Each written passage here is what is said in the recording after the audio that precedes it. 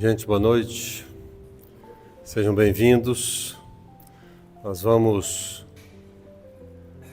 levar o nosso pensamento a Jesus.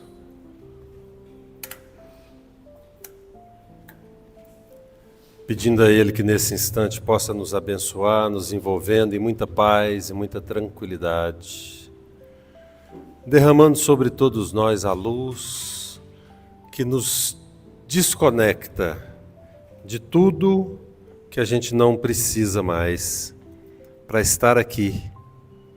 A nossa concentração, a nossa atenção vai estar toda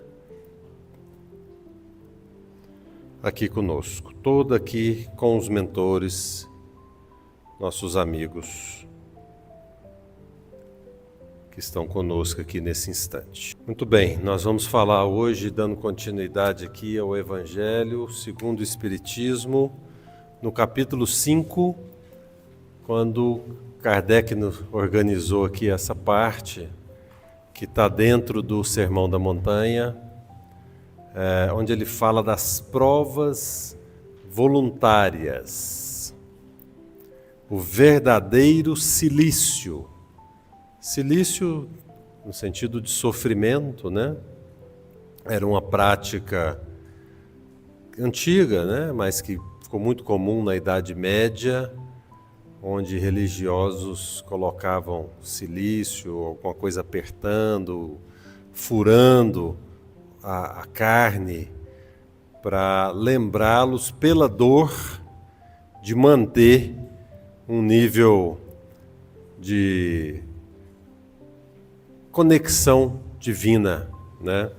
Então ele está mostrando para a gente aqui esse capítulo, ele fala do verdadeiro cilício, qual é a postura que a gente tem que ter para a gente realmente buscar essa conexão no sentido de estar fazendo a vontade de Deus nas nossas vidas, não necessariamente pelo sofrimento e muito menos buscando o sofrimento como uma forma de estar conectado a Deus. No Evangelho de Mateus, no capítulo 5, nós temos a mais bela obra já escrita, né? Na verdade, a transcrição que Mateus fez da fala do Cristo, se dirigindo ali aos ouvintes e trazendo as bem-aventuranças. O que impacta em relação ao Sermão da Montanha, Jesus inaugura uma fase mais profunda de ensinamento. As pessoas que andavam junto com o Cristo, muitas vezes se sentiam injustiçadas, humilhadas, eram escravos, eram pessoas mais pobres, que observavam ali que muita gente que se dizia religiosa, sejam as religiões judaicas ou não, ali existia uma mistura de tudo, era povo romano, tinha egípcio, tinha muita coisa junta ali.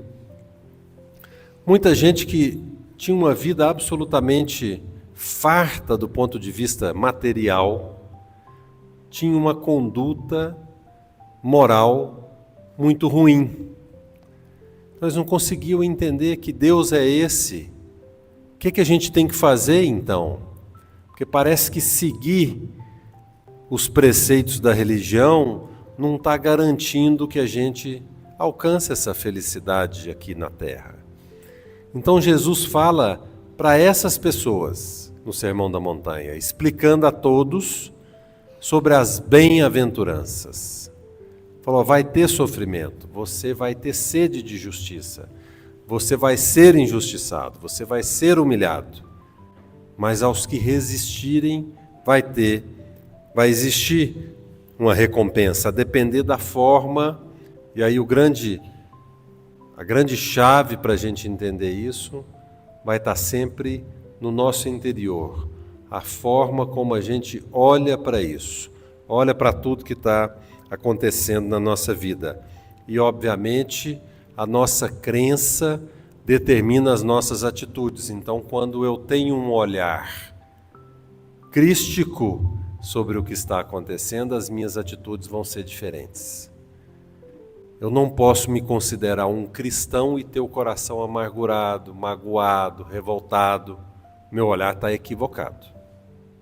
Eu preciso mudar, então, não é o mundo, não são as pessoas, é a forma como eu olho para as coisas, como isso me atinge. O que nós vamos tentar fazer aqui hoje, com essa lição do Evangelho, é falar sobre a forma de olhar para esse termo, os que choram, ou seja, os que sofrem, e como isso pode ser, então, mal interpretado. Então, o capítulo 5 do Evangelho segundo o Espiritismo, sem nenhuma coincidência, imitando o capítulo 5 de Mateus, fala sobre as bem-aventuranças, que a gente vai ler nesse e no próximo slide. Jesus nos fala aqui da compensação, da recompensa que a gente vai obter na vida eterna. Esse é um ponto importante.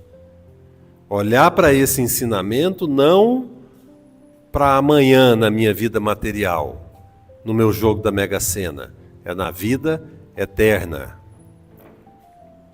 No céu, na outra vida, o nome que você quiser dar para isso.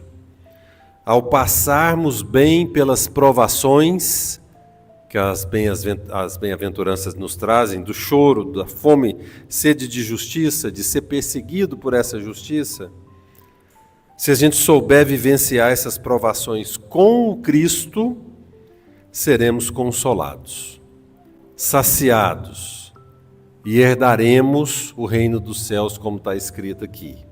E isso é uma fala muito poderosa, que parece quase inatingível, mas aí a gente lembra de Paulo. Paulo resume a vida cristã numa frase muito interessante, onde ele fala que viver é Cristo, morrer é ganho. Algumas Bíblias traduzem como lucro, mas não é lucro, é ganho. São coisas diferentes. Mas o que Paulo quer dizer com isso? Se eu vivo a minha vida em Cristo, o desencarne é só ganho. Então, se eu olho para as bem-aventuranças com o olhar do Cristo, eu vou colher essas recompensas na vida futura. Mas tem que ser esse olhar do Cristo, não pode ser o meu olhar. Então, lá no verso 5, 6 e 10, Mateus nos fala o seguinte: bem-aventurados os que choram, porque serão consolados. Bem-aventurados os famintos e os sequiosos de justiça, porque serão saciados. Bem-aventurados os que sofrem perseguição pela justiça, pois que deles é o reino dos céus. Justiça do Cristo, não a justiça humana. Você é um criminoso e a justiça está te perseguindo, não é o reino dos céus que está te esperando, né? Obviamente. Justiça divina. Aí ele continua: bem-aventurados vós que sois pobres, porque vosso é o reino dos céus. Bem-aventurados vós que agora tendes fome, porque sereis saciados. Ditosos, alegres sois vós que agora chorais, porque rireis. Mas ai de vós, ricos, que tendes no mundo a vossa consolação. Ai de vós que estáis saciados, porque tereis fome. Ai de vós que agora rides, porque sereis constrangidos a gemer e a chorar. Quando a gente vê essa leitura, não fica a impressão ruim, de que só o sofrimento pode salvar. E isso gerou uma infinidade de teorias, atitudes inadequadas, Seria então um castigo ser rico? Porque todo mundo aqui trabalha para ser rico, ninguém aqui trabalha para ser pobre, Então está todo mundo errado. Será? É um problema não passar fome? Será que esse é o verdadeiro sentido disso que o Cristo está trazendo? Então, tudo sem exceção vai depender da forma como a gente conduz a nossa vida. Então, Jesus aqui, de forma muito clara, ele nos fala que aqueles que vêm com muitas dificuldades materiais, e a reencarnação explica muito bem porque que cada um nasce com determinadas provas, pessoas, circunstâncias na sua vida. Não existe vítima, não existe coincidência. Se eles conseguirem ter essa visão espiritual, eles com certeza podem, ele fala, vosso é o reino dos céus, no sentido de que eles entenderam o porquê está aqui. Por que ele fala do rico? Porque é muito comum que nos momentos que a gente está com a vida mais tranquila, a gente se esqueça de Deus. Esse é um ciclo que a gente faz. Eu estou sofrendo, ai, meu Deus, pelo amor de Deus me ajuda, vem para o centro, rezando todo dia, vou parar de mentir, vou mudar, a vida começou a melhorar, eu me afasto de Deus, e aí depois começa o ciclo todo novamente. Quando eu estou bem, é a hora de inverter isso, é a hora de crescer mais ainda. Para que na hora que vier o problema, eu me encontre forte na fé. E é óbvio que eu vou gritar a Deus no momento que eu tiver com um problema. É óbvio, só que isso pode acontecer numa outra circunstância, onde eu estou mais fortalecido. Então aproveita os momentos de intervalo, porque a gente sabe que a vida é assim.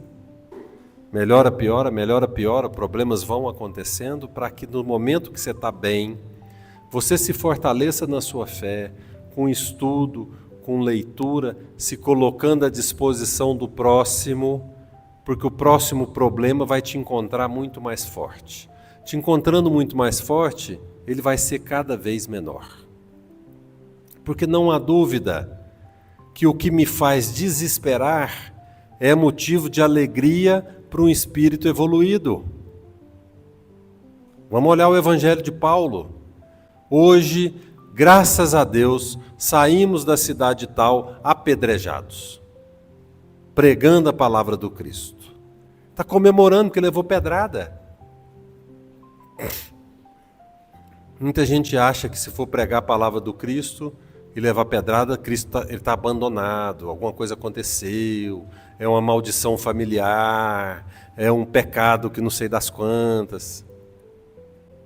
A gente tem que sair desse pensamento infantil, entender que estamos aqui para nos preparar para essa caminhada de estarmos cada dia que passa mais próximos de Deus. Como é que eu faço isso? Me fortalecendo quando eu estou bem, para que quando vier o problema, eu tenha esse entendimento que está tudo certo. É sobre isso que a gente ainda vai falar bastante aqui. Então, quando é que vão acontecer essas bem-aventuranças? Porque isso é uma promessa poderosíssima, feita pelo próprio Cristo, tida por Gandhi como o melhor texto já escrito na humanidade. Não pode ser uma coisa simples. Aparentemente, só o mal prevalece no mundo, né? Muitas vezes a gente fica com essa sensação, equivocada, mas é uma percepção, e tudo na vida é percepção. Políticos enganadores se dando bem, pessoas inescrupulosas e corruptas vivendo muito bem materialmente, traficante de droga virando ídolo local. Isso aconteceu agora, tem 10 dias. Festa na porta da delegacia para a saída do chefe do tráfico. Nós temos esses dias eu vi uma comparação de uma influenciadora, não sei quantos milhões de seguidores no Instagram. uma cientista brasileira que descobriu uma canetinha que detecta câncer. 8.000 seguidores. Esse é o nosso retrato. Quem são os nossos heróis? É jogador de futebol, é cantor de música sertaneja. Gente, uma mulher descobriu uma coisa simples e barata que detecta câncer brasileiro. Ninguém nem sabe. Então está tudo errado. Essa é a percepção, essa percepção é verdadeira.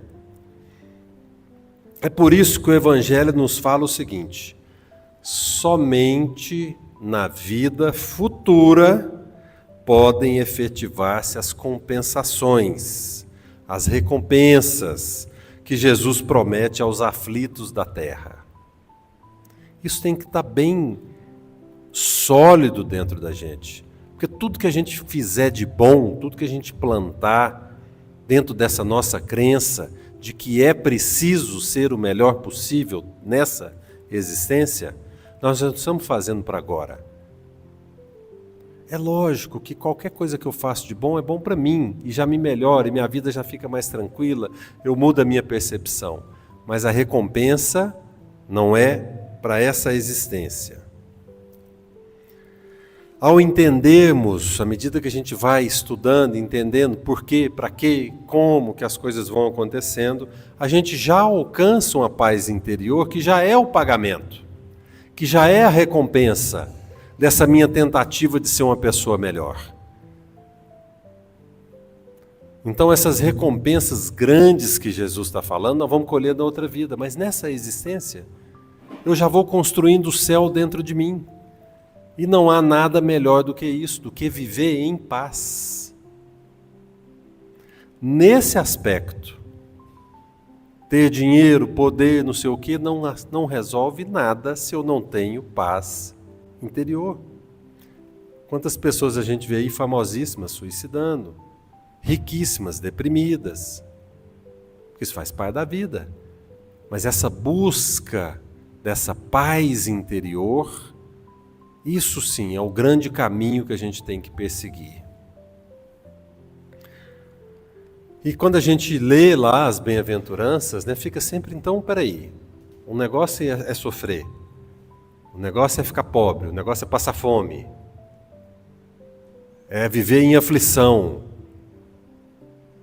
Será que é isso mesmo, gente, que Jesus quis dizer? Porque isso é um pensamento pobre, né? Um pensamento fraco, quando a gente percebe a grandiosidade do Cristo. Então, vamos entender um pouquinho melhor. Nós nascemos num mundo espiritualmente inferior. Eu acho que aqui ninguém questiona isso. Por mais bonito, perfeito que seja o nosso mundo, a qualidade moral do mundo é muito ruim. O que eu acabei de falar aí, dessa inversão de valores. Então, querer nascer num mundo inferior e não sofrer é uma imaturidade espiritual, é uma inocência, é uma ilusão. Não há como isso acontecer. Por que a gente nasce num mundo atrasado? De duas, uma. Ou nós somos espíritos elevados, que estamos aqui em missão, ou porque a gente também é inferior.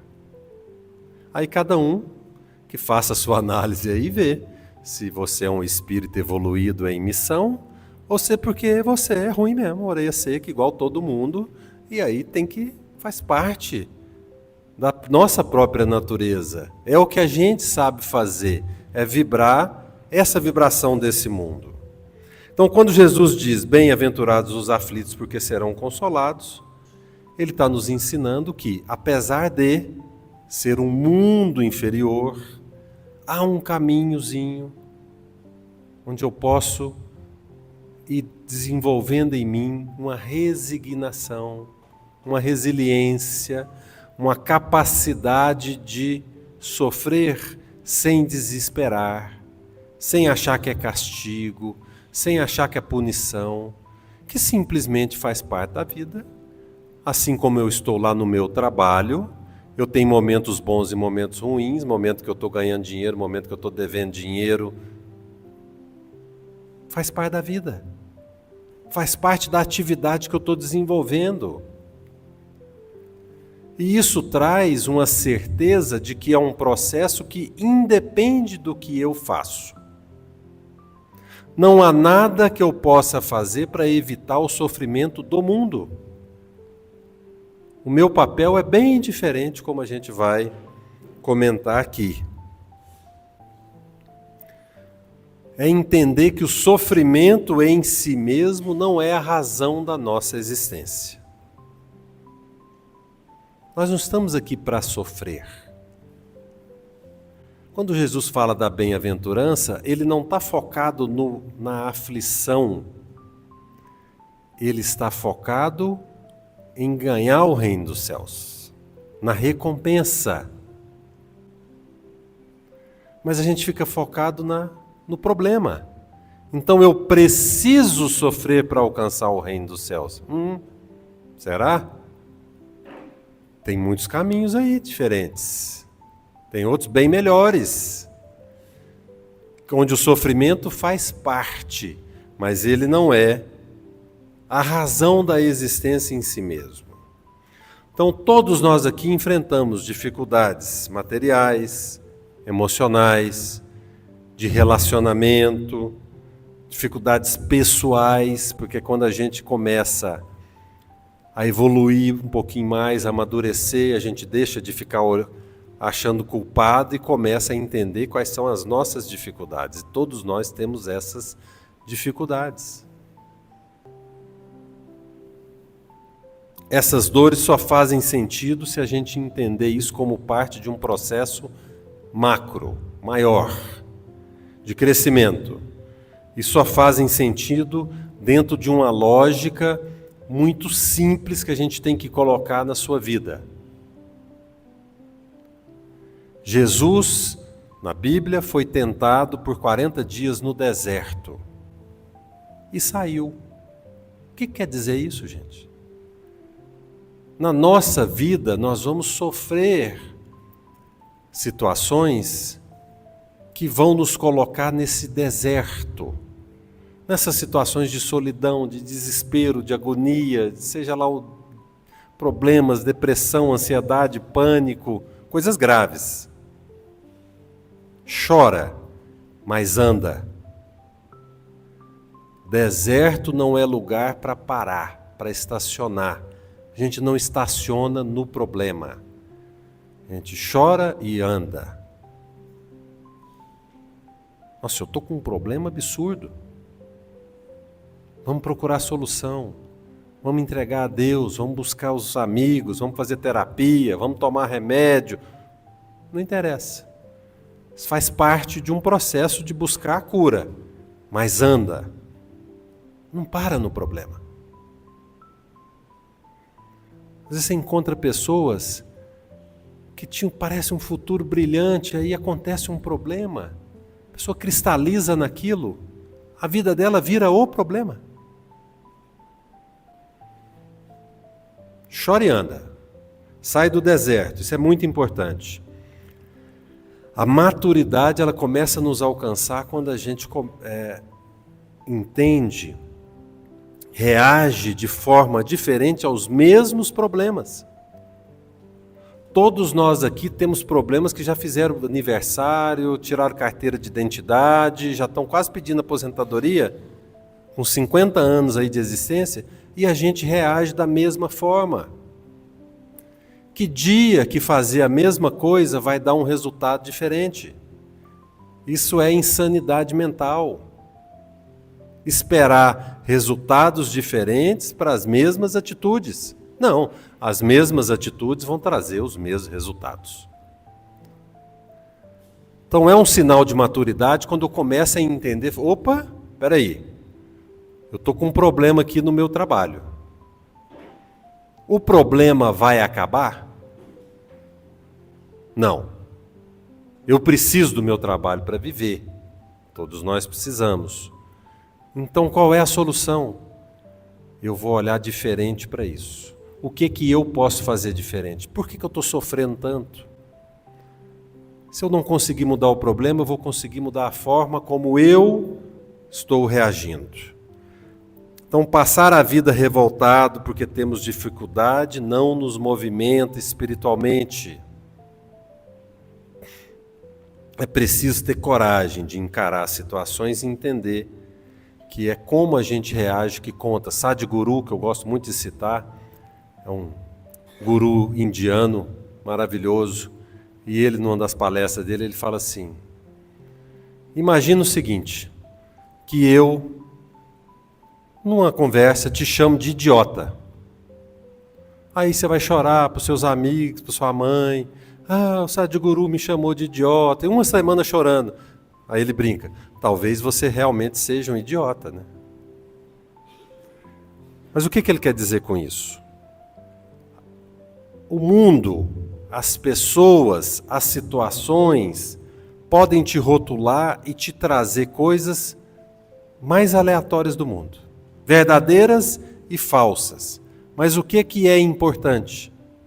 É como você reacha a isso. Fulano, você é um idiota.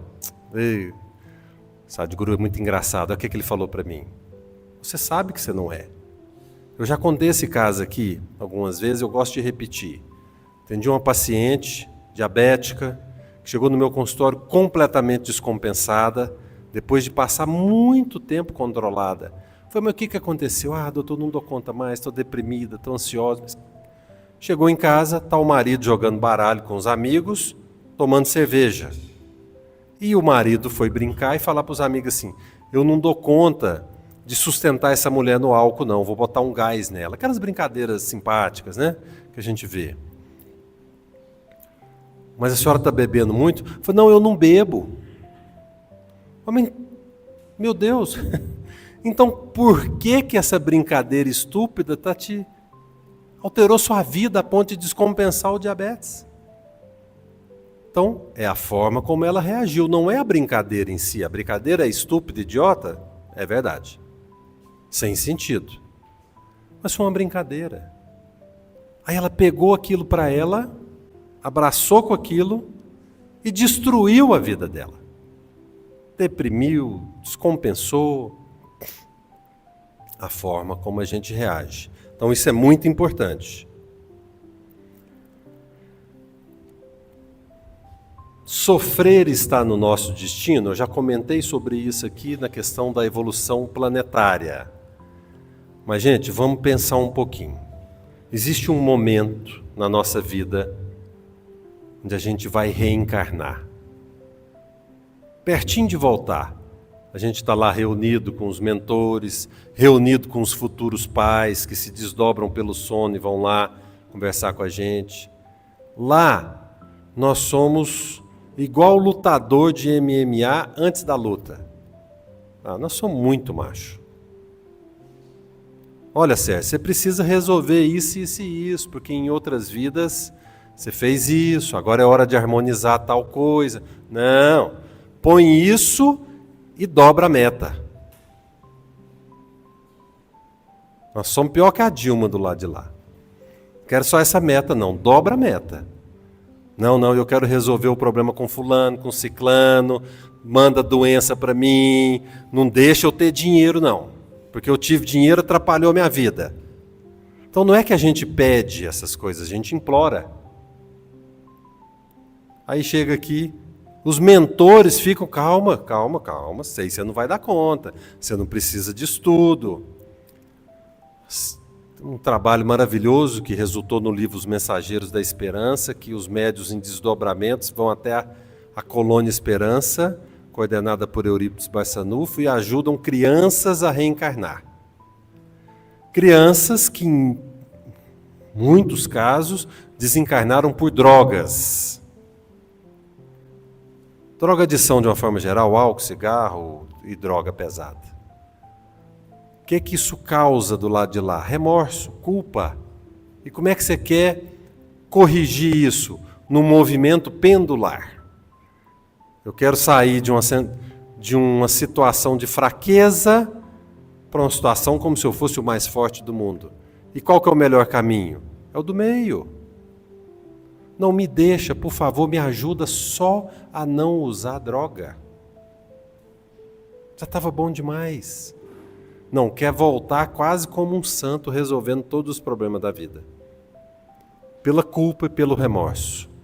Um dos nossos papéis ali em desdobramento era acalmar essas crianças, tirar essa energia de culpa excessiva. Então, nós pedimos dificuldades, não há dúvida sobre isso. E hoje, o que nós pedimos nos incomoda. Nossa, eu preciso ganhar na Mega Sena, gente. Eu vou ser uma pessoa tão boa quando eu ganhar na Mega Sena. Eu vou ajudar todo mundo. Ilusão, gente. Nós somos ruins sem dinheiro, não vamos ser pior com dinheiro. Ninguém transforma por conta disso, não. A nossa luta é no dia a dia, é nas pequenas coisas. Não é por aí. Então, o sofrimento é inevitável, vivemos num local atrasado, com pessoas atrasadas, somos atrasados. Mas lembre-se, não abra mão da sua prerrogativa de reagir bem às coisas que acontecem na sua vida, independente do que está acontecendo. Essa é uma prerrogativa sua, é uma escolha. Eu escolho viver no caos exterior, mas na paz, a melhor paz possível interior. Essa é uma escolha. E para isso a gente tem que criar algumas metodologias. Então vou dar exemplo de coisas que eu acredito. Eu tento vivenciar isso. Nenhum problema pode durar mais do que 24 horas. Você tem 24 horas para desesperar. Não aconteceu um trem ruim demais. 24 horas, você está liberado. No outro dia, meu amigo, vamos ver o que nós vamos fazer? O meu desespero alterou uma vírgula do que está acontecendo? Nunca vai alterar, só piorar. Então, está na hora de harmonizar. Não vai passar o problema, vai passar o meu sofrimento intenso. E entender que algumas coisas não vão mudar, mas a gente nunca está sozinho. Nesses momentos, entrega. Entrega, para isso que a espiritualidade está aí. Falou, gente, deixa eu te falar. Tá dando não. Toma conta aí. Eu não vou preocupar com esse negócio mais não. Tá difícil. Isso aqui está me impedindo de viver. Toma conta aí, agora eu vou olhar para isso de novo. Gente, é milagroso, por experiência própria. Não é uma forma de linguagem, uma parábola, não. Isso é verdadeiro. Entregue. Está insuportável? Entregue. Nós não estamos sozinhos. Nós não estamos aqui para sofrer. A espiritualidade entende. De alguma forma que eu não sei te falar qual é, aquilo deixa de nos obsidiar e a gente vai se fortalecer e depois volta no problema.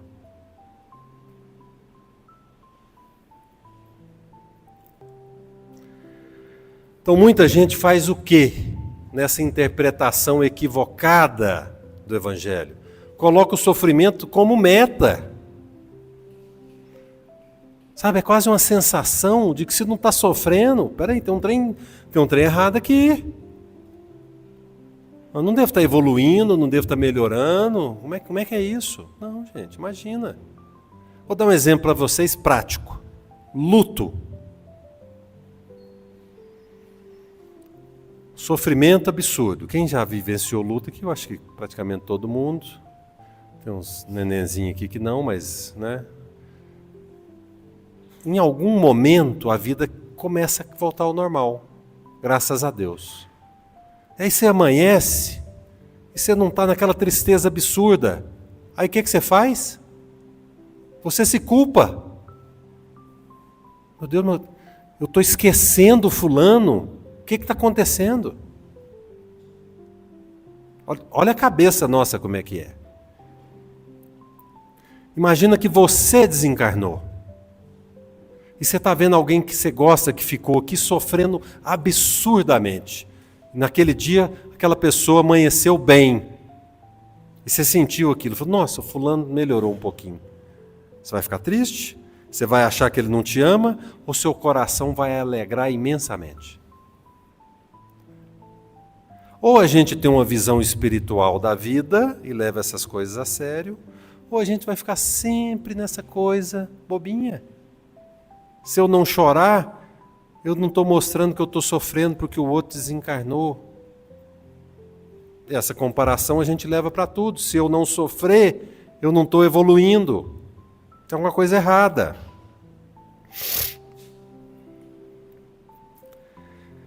Então esse é um engano comum. Muita gente tem essa crença. Eu preciso sofrer esse casamento. Não fala nem ficar casado.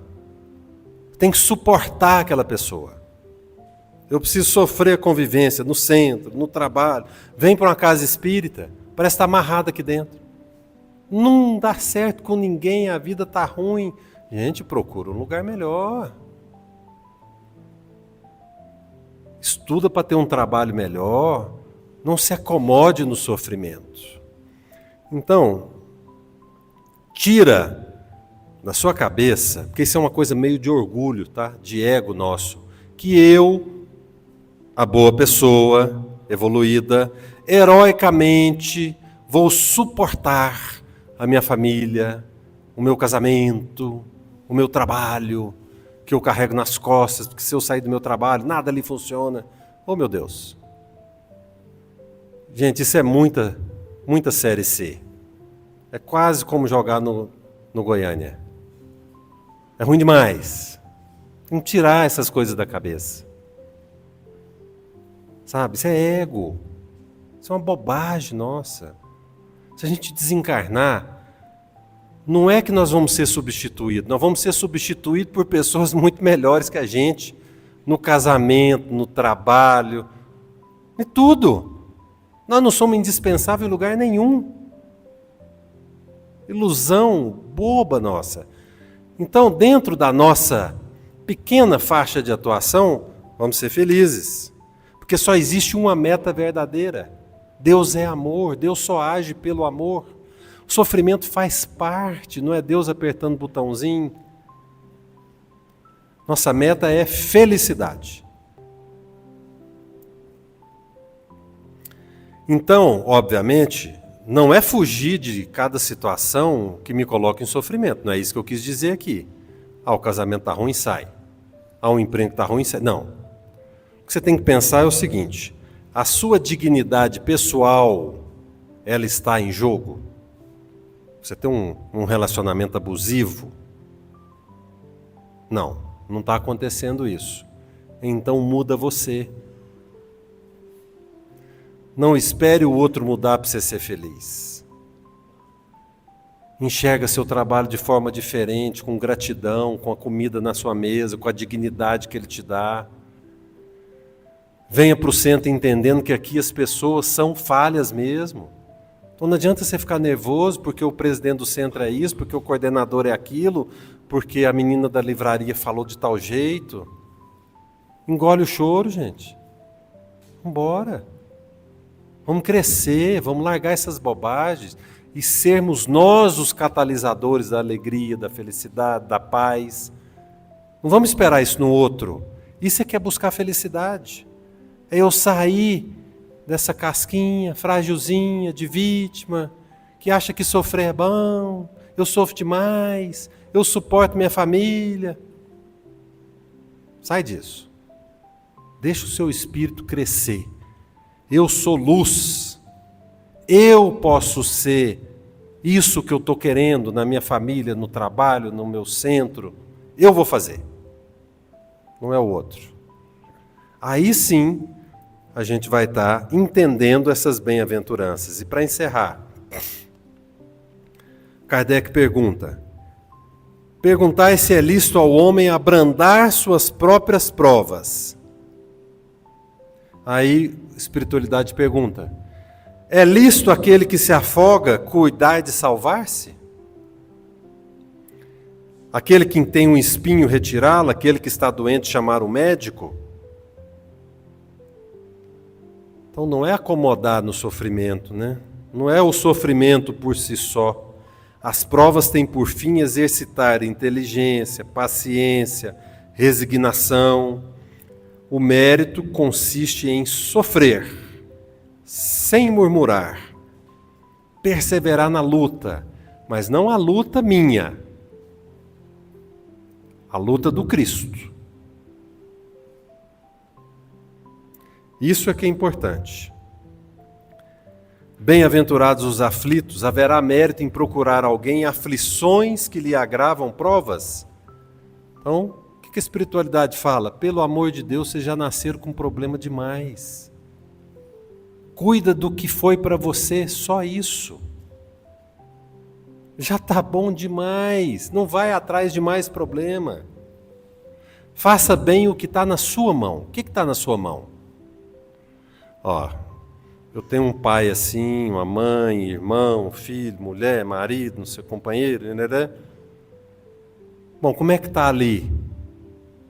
Quem que dá para conviver, quem não dá? Porque às vezes a melhor coisa que a gente faz é também não conviver muito, para viver em paz. Cada um tem que analisar a vida de forma muito individual e muito tranquila.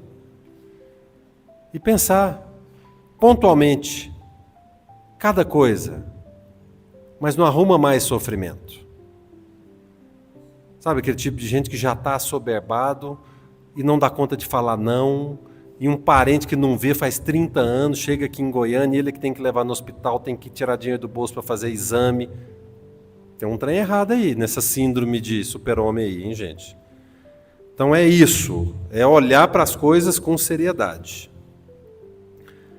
Grande distinção cumpre aqui se faça, pelo que vos respeita pessoalmente, contentai-vos com as provas que Deus vos manda, e não lhes aumentei o volume. Então, todos nós aqui já temos um fardozinho bacana, não precisamos arrumar mais nenhum não. Vamos fugir de problema. Não enfraqueceis o vosso corpo com privações inúteis e macerações sem objetivo, pois que necessitais de todas as vossas forças para cumprirdes a vossa missão de trabalhar na terra. Olha aqui, que forte isso. Estava comentando ali com o Bandeira e com o Evandro. Torturar, martirizar voluntariamente o corpo é ir contra a lei de Deus, que vos dá meio de sustentar e fortalecer. Enfraquecê-lo sem necessidade é um verdadeiro suicídio. Nossa vida é o maior bem que a gente tem. Então ele fala, para encerrar, do verdadeiro cilício, do verdadeiro sofrimento. Quando é meritório que a gente sofra, quando isso traz bem para o outro. Se o meu sofrimento de alguma forma só visa o meu bem pessoal, eu estou no caminho errado. Se por algum motivo eu sou colocado em situações onde o meu sofrimento pode beneficiar as pessoas que estão do meu lado de alguma forma, isso pode ter um sentido espiritual. Cada um que deve olhar. Mas a regra geral é, já tem problema demais, concentra no que você tem. Não é tendo problema que nós vamos evoluir, é na compreensão. 2 pessoas têm câncer. Um se revolta e se torna uma pessoa amarga. O outro sofreu do mesmo jeito.